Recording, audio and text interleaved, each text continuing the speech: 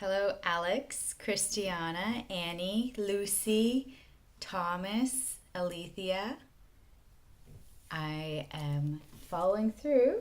I'm going to read Fable Haven, Secrets of the Dragon Sanctuary, Chapter 18, Blackwell Keep.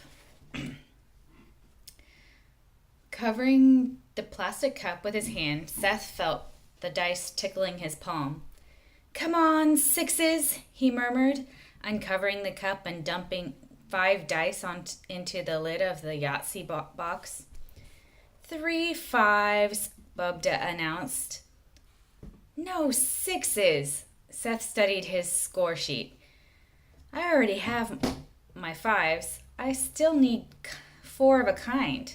5s will do."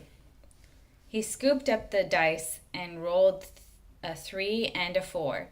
Then he rolled a 1 and a 6. "No 4 of a kind," Bubda said.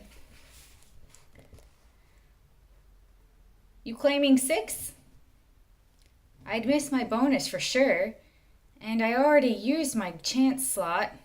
I better take a 0 for Yahtzee." Bubda scooped the dice into the cup and grinned as he rattled them briskly.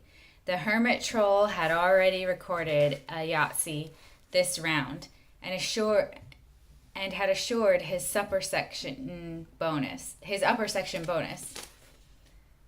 Boredom had driven Seth to comb through the junk in the storeroom.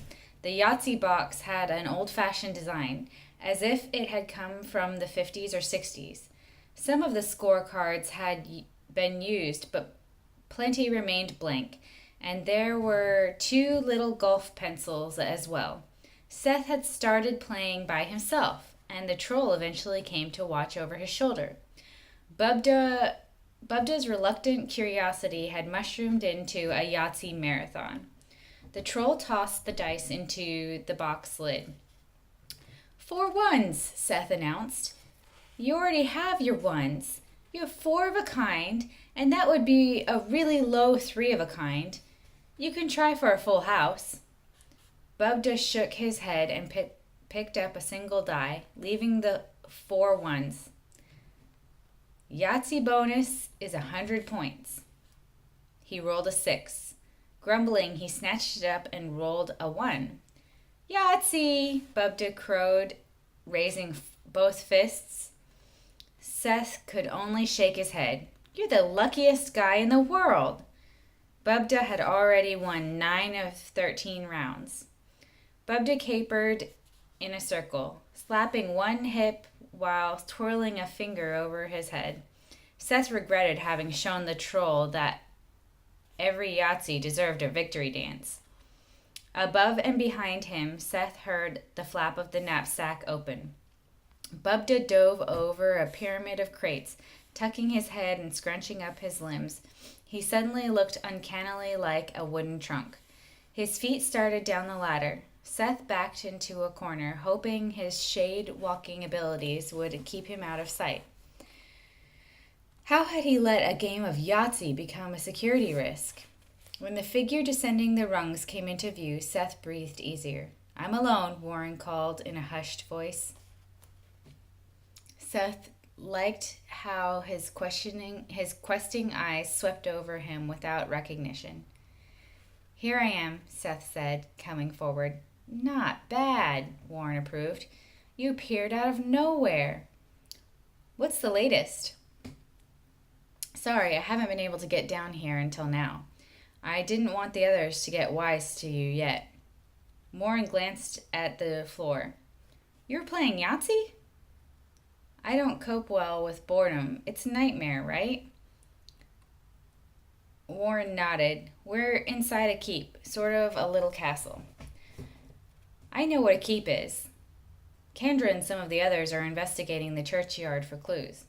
"I didn't relish leaving her side, but I wanted to check on you." Warren explained to Seth about meeting Agad and how they would all have to move on together in the morning. "We're here now," Seth said.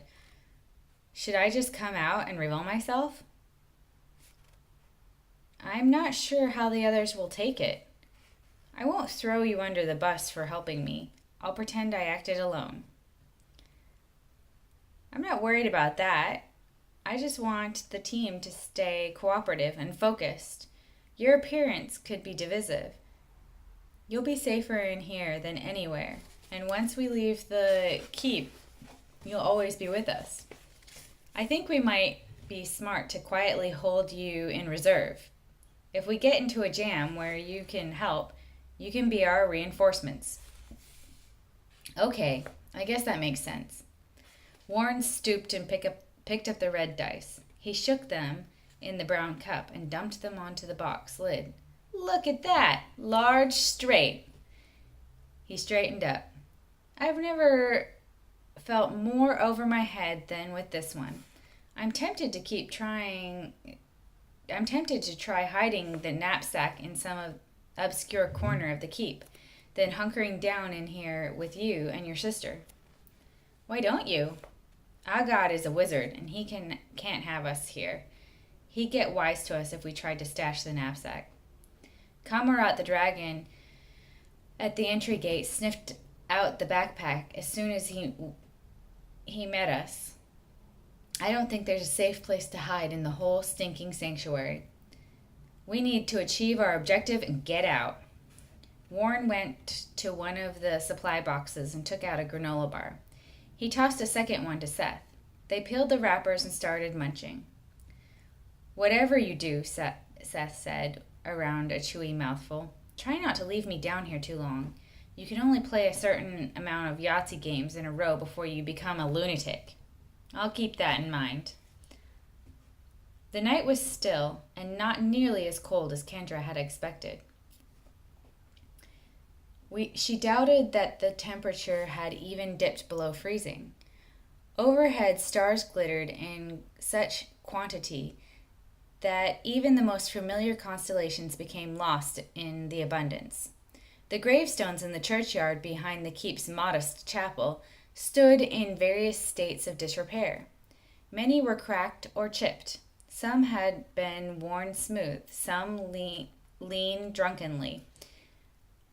Several graves were simply marked by piles of stones. 3 were designed by rough-hewn granite spheres, the size of beach balls.